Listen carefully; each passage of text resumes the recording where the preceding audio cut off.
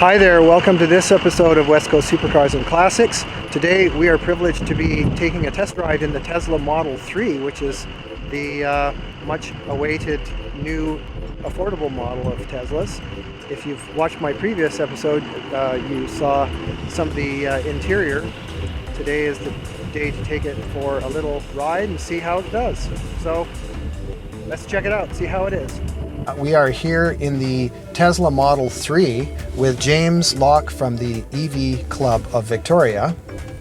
James has kindly offered to let me check the car out today. We're going to take it for a little test drive. So thank you, James. You're very welcome. James is owner of a couple of EVs. We'll talk about that a little bit later in this episode. And we're going to be joined with a couple of friends here for the ride.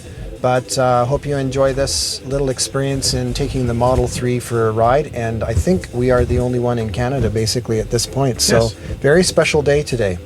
All right, so this is the big moment. We're here with James. And we have two. Who are these guys? Wait a minute. There's two guys in the back. These guys are also in the EV Club. You've been all over the place in this thing too. Yes, we've been to Nanaimo, Souk later this afternoon, and all over Victoria. So Great. Well, let's take her for a spin. sounds good. Everyone's buckled up. We are. All right. So this is a what? 2017. I am not I'm even imagining. sure. Yeah, It's it's got to be 2017 then. how many miles is it? It's an American car. You picked it up in San Francisco or Correct. something, right? When we picked it up, it had 1,400 miles on it. 1,400 miles. Okay, so it's a brand new car. The VIN number is 1165. Yeah, so early. So you also own two other Teslas. You have a Model X and a Model S. That's is that correct? Yeah. So you've been obviously you're quite familiar with the Teslas. Yes, I am familiar with them since 2015. 2015. Okay, so and you've been you drove up from. You guys both drove up. Yeah, You I was went. with, James, Oh, yeah, fantastic. driving me Okay, and what do you drive? What's your EV? I have a Nissan Leaf I got in December 2011 Mm-hmm. and enjoy it thoroughly. I have one of the Model 3s on order reserved, but I'm going to keep my Leaf as an errand car, and this will be my Sunday go-to-meeting car and trip car. Yeah. And you're a Leaf owner as well. Yeah, it's Yeah. my third EV, but I got mine used just last summer. My previous car was a 2002 RAV4 EV that had 115,000 miles on it. After 15 years, it finally had a glitch, and I decided I wanted a more reliable car, and I got a Leaf that still had a warranty on it. And I have an order on a Model 3. So James, you guys drove up from San Francisco, so you've had this on the freeway quite a bit, and Yep. you've done the city driving. You've had a chance to really use it quite a bit. So do you mind sharing? Feel free to chip in whenever Yeah. you like as well. Well, my impressions of this car are they've hit it right on the head in my opinion compared to with the S and the X. It's just as fun and advanced as the other vehicles in terms of the technology and Tesla touches to the vehicle. And it was an enjoyable road trip. I've done many road trips. When we first bought our S in the first year of ownership, we put 82,000 kilometers on the car. So we've done our share of Good Lord. cross-country road trips all over North America, including north of the 60th parallel. So this car is an outstanding vehicle for the price point they're getting down into. With a 500 kilometer range on the long range battery, it was an enjoyable drive where we never were concerned about what we had left. Whenever we stopped, it was usually because Dave and I wanted to stop, and we plugged in.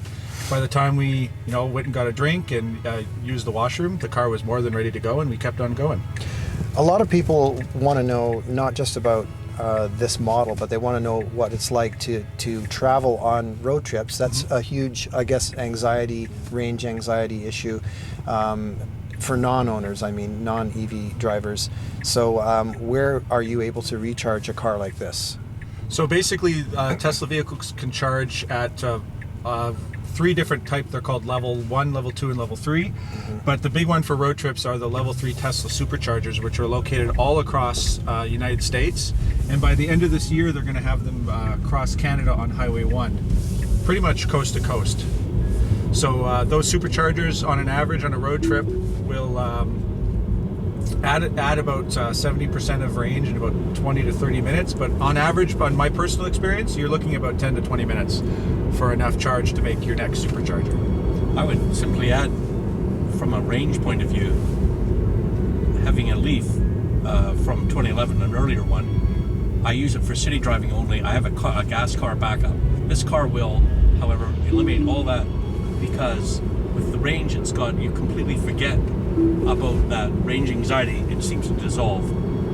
We stopped to charge it so quickly, in fact, as well, that you would have to eat faster to get ready for the car. Whereas a previous road trip I took with James and his S, it was like, you took your time a little bit because you had a bit, but we were plugging in literally 10 minutes, 20 minutes at the most. Yeah. And one long stop, I think it was 30 minutes, and then you added another 10 to fill it right full just because. And we had timed that with a lunch break, so the car was essentially ready when we got back to it. That's what I was thinking. Yeah, if you're taking a road trip, you're gonna, especially the longer trips, because I talked to a gent who was interested. He lives in Nelson, BC, and he travels to Kamloops. So he was saying, well, I couldn't do an electric car because if I wanted to go to Vancouver and back, I wouldn't be able to do it on one charge. And I said, well, I mean, you would if you had a bigger battery pack, you could do that trip. But you're going to stop on a longer trip, so you're going to have lunch, and if you've got charges at a lot of places, you just make sure you charge it, right? The Tesla stations, 20 minutes seemed to give us more than enough. We didn't drive very often more than 2.5, 3 hours. That was sort of the longest leg. Which, you know, for me anyhow, that's more than enough. That's well, yeah. It's the comfort rate, yeah. Yeah, well, I mean, if you're going to sit down and have a sandwich or something, you'll be lucky to get out of there in less than a half hour. Right, and we could have gone further. We could have gone 4 hours. The range was there. It's simply a matter of taking the trip in more reasonable bits. The chargers are very convenient to the interstate system, and there's lots of space available, lots of information on the nav, on the screen, giving you arrival times and battery percentages. There's no guessing about what you have. There's no worries. Right. Car plans and all that. So managing it is not that difficult. No. Right. And the more people that make the change, the more businesses realize the benefits of having those chargers and how that encourages people.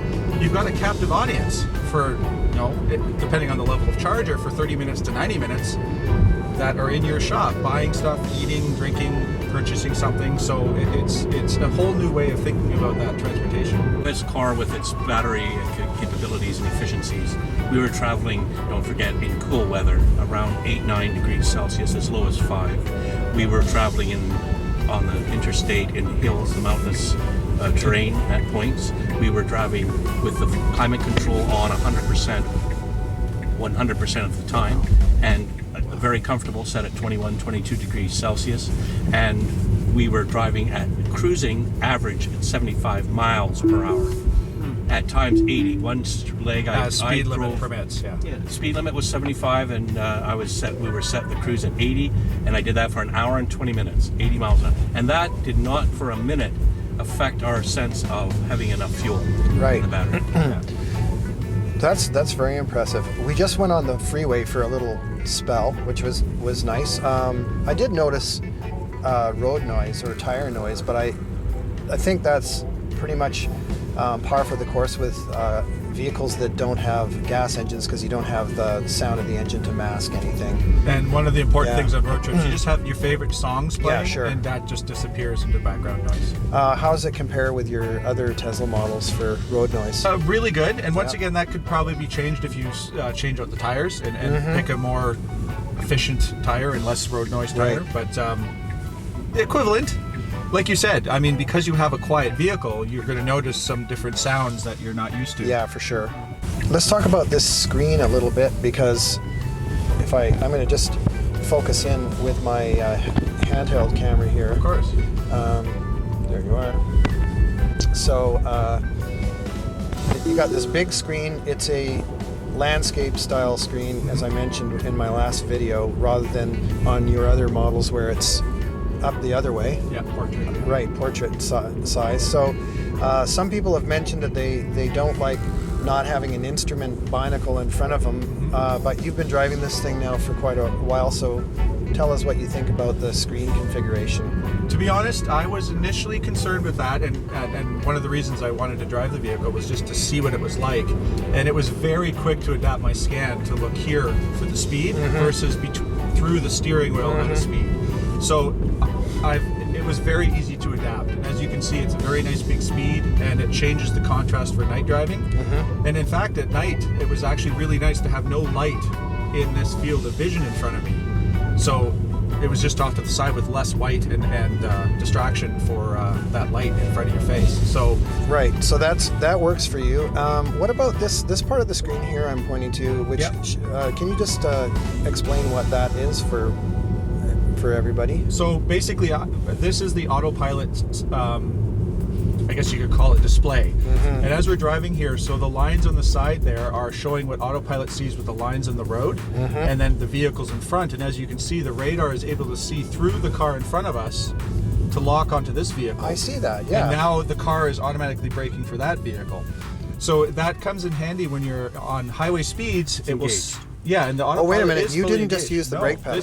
Autopilot's been driving. So when this steering wheel is blue, autopilot is engaged and controlling not only that steering wheel up there. I got it. Yeah. Okay. Great. Yeah. So autopilot was engaged on the highway. It's been engaged when it's safe to do so. He's not touching the accelerator right now either. Yeah, I'm doing nothing. Wait a minute. You're just following the traffic. I'm just monitoring the vehicle, and I'm ready to take control at any moment. I'm going to show James's pedals there. There's the gas pedal and the brake pedal. So you do not have anything on right now. No, my hands on the steering wheel. Yeah, your hands on the steering wheel. As required by law, and I'm paying attention. The car is actually maintaining the lane for you? Yep. Okay. And the distance to the car in front of us. So and this is in beta. This is early, the Tesla, as Tesla said, this is all beta, but it's doing extremely well and helps remove some of the stress of driving, especially in bumper-to-bumper traffic. Okay, so we're accelerating now. As you can see, James is not touching those pedals. So as the car pulls out, now we're accelerating back up. It just slowed down a little bit. Yeah. Okay. So it's taking its time accelerating because it sees the car in front of us. Yeah, and it sees the curve. Yep. So this is where I'll take over because I know because it's in beta, sometimes it has an issue with a sharp turn. Okay. I saw the line went away. The blue track went away. There it is again. So then once I feel it's safe to re-engage, but I won't now because I see a construction zone coming up. But the cruise distance is still engaged. Yes. The blue circle around the speed limit. See, so he's getting in front of me. Autopilot recognizes that. Brakes. Brakes. And that's regenerative braking too, right? Correct. While we're at it. Yeah. So that's another whole layer of efficiency with these things, which is that you're getting regenerative braking, so you're getting back some of the energy that you are dissipating, in your speed. You're translating your speed back into generation. Yes. And you can't do that with a conventional gas engine. Correct. Obviously. And it's all right here for people to see, so you can regeneration see regeneration for consumption. Right. So it goes into the black for consumption and green for regen. I mean, this is why long term, it just makes so much sense for transportation. This is a much better way of managing all your energy resources and taking care of your safety at the same time. It's huge. Yeah. And that was one of our biggest decisions with Tesla as a family, my wife and I. We invested in dual Teslas S and X because of the safety and all the crumple zones and safety features of the car were very important to us. And we decided to put basically our money where our mouth is and invest in a company trying to accelerate that change and show how there is a better way technologically possible today to transport you and your family around and use less energy and use energy in a more efficient manner that has no compromises. And so for those of you who are curious about that chime you're hearing, that chime we just heard shows that the autopilot system came off, and at that point the steering wheel icon turned gray. So when it re-engages, it turns blue, right? Correct. So I'll re-engage it here. And it's as an owner, and I believe Dave can verify this, once you're used to it, it's really easy to engage. I've noticed some people saying that at this control stock doesn't make sense. Oh, this control stock here. Let me, whoops, it's out of focus. Oh, right, the control stock, there's only one on that side. Okay, I saw that yesterday. So you tap it down twice? Simple double tap down. Double tap? And Single Okay. tap is to cruise. Correct. Single tap is cruise. Traffic Aha. aware cruise control is single tap. So I can show you Oh, here I at this see. light. Okay. So the traffic aware cruise control, in my opinion, is for me initially almost more valuable than the auto steer, simply because I'm not used to auto steer at all, and I was tired of cruise pushing it up, speeding it up. So you set the distance in increments 1 to 7, and it Right. controls that very nicely. And just for settings, this whole drive has been on setting 2 for the distance, which I use for city driving. And then if the weather gets worse or you have snow or heavy rain, I back it off a little more. But autopilot seems to do a really good job at adjusting for those kind of situations, and gives you a little more space for the car in front of you when it recognizes that. Can you throw it on again while we're driving here, and then we can see it engage? Good, okay. It's already doing the distance, but now it's in autopilot. This is Yes. your full autopilot. Yes. Okay. And me personally, as an owner, I really look forward to those updates that come for free to all the Tesla vehicles with improvements to that autopilot and enhanced autopilot or enhanced Area braking. Yeah, so that This is right. my foot's just ready to go. I Right. will have to brake manually for the stop sign because that feature hasn't been released yet, but will Okay. be coming at a future date. Yeah, there needs to be a car there. Okay, I see. And then once I'm good, I just re-engage it. Very slick. Yeah, it's When we got our first Model S in 2015, it had the hardware for autopilot, but the software wasn't released yet. And we got it in June, and I believe it came out in October of the same year. And when that was released, it was like Christmas. It was the most exciting feeling to have this little button you push, and like 40 minutes later, the car had all these new features, and it cost me nothing more. And that's where Tesla is revolutionary with these products, is you don't need to go into the shop to have updates or safety Right. features improved. It's all done over the air at your home. So I'm imagining that you are able to connect with your Wi-Fi, your home Wi-Fi Correct. with this thing, and that's how you get your updates? That's right. Okay. Tesla will release updates over the cell phone network as required, but they usually put them to people on Wi-Fi first, and then make their way down the line. So how have you found charging at home? When do you usually do it? We charge every time we park in the garage. So even if I run out for 5 minutes to take the kids to school, the car is at 90%, and that's the recommended day-to-day driving. And then I take my kids to school, we do 6 kilometers, I get back in the garage, I plug in, and I let the car manage its battery on its own. Right. which is a feature. Majority of our driving is charged at home. It's the cheapest way to charge. Right. It is a premium package. And so what kind of charger do you have at your house? We started with just a NEMA 1450 outlet, which most vehicles come with, other than some that just have a level 1 or 120 volt. And then we purchased the Tesla high power wall connector, which goes all the way up to 80 amps. So because we decided to go dual Tesla for our family, we installed 2 high power wall connectors, and because of BC and the electric heat, we already had a really big breaker panel in our garage, so we installed an 80 amp and a well, I guess it's 100 amp and a 50 amp charger. So we charge our heavy use vehicle on the 80 amps, so it's always ready to go. And because of all our long distance drives I do, Yes, right. it's nice to have that quick charge. And it works out to about 2.2 cents per kilometer, right, Dave, that we worked out? 2.2 cents per kilometer Yes. at BC Step 2 rate to operate Tesla. Yeah. And again, that was at that high cruise speed, at that, Yeah, that's just driving a car like you and normally the efficiency drive your was car. still very good. Yeah.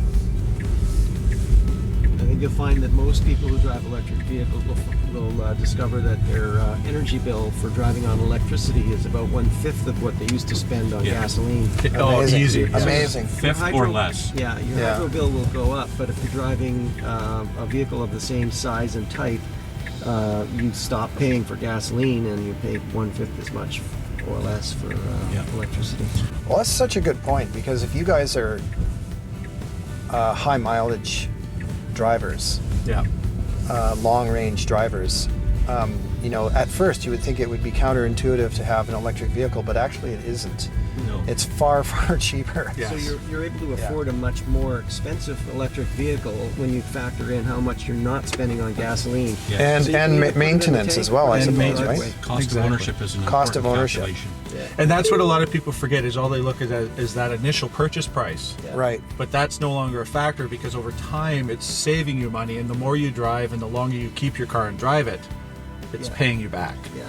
compared to an equivalent Yeah. gas And the vehicle. base price of this car is 42,000 Canadian. less incentives plus tax. Yeah, and that's where this car really steps up the game because now you can get into a Tesla with that efficiency and all those new features for a lot less price. Right. Well put. Well, gents, thanks a lot for you. accompanying us and giving us a rundown on how these things operate. Wow, I've never been in a car with like all EV owners except myself. Yeah. That's, you made me feel so welcome. I feel like I'm almost one of you now. You are. I mean, and that's the Honorary. thing. You are. It's not an exclusive Well, club. It's just yeah. sharing the You're information doing and our important- experience. You're doing something that we feel is important work, which is just getting the information out there in an accurate manner that we can all appreciate and say, yeah, right on, that was a good review because it was fair, it was informative, Yeah. and people can watch it and spread the good word is how I feel about it. But Yeah. Good. Yeah. Yeah. Oh, well, thanks again thanks James for my pleasure, for Mike. having me. Really appreciate it. No problem. And bringing the car up to Canada. My goodness. I mean, you guys. Wow, that's a big commitment. But so many people came out to see it as well. So Yes. I'm really pleased. And maybe we'll meet again next year, and we'll be driving our own Yeah. I have versions no of this. doubt. I hope. This time next year, hope. I have no doubt. Show up here next year at this time with yours. yeah, I hope. Yeah, there we go. Yeah, February 5th. That's my New Year's resolution. I'll try and get one of these. Try to get- Actually, Next during- time it'll be a row of them, 2018. and we'll see if Yeah, we get wouldn't that be different something? opinions. Yeah, exactly. We'll have owned them, I hope, and all that Yeah. kind of stuff. Yeah, let's hope that happens. Yes, I agree. All right, guys. Well, thanks for watching, and I hope you enjoyed this. Please do subscribe, like, share the videos, and we'll be doing many more. Probably the next one's going to be on maybe the Chevy Bolt or maybe the Mustang GT350. Who knows? It'll be either a gas car or an electric car. But anyways, thanks again for watching.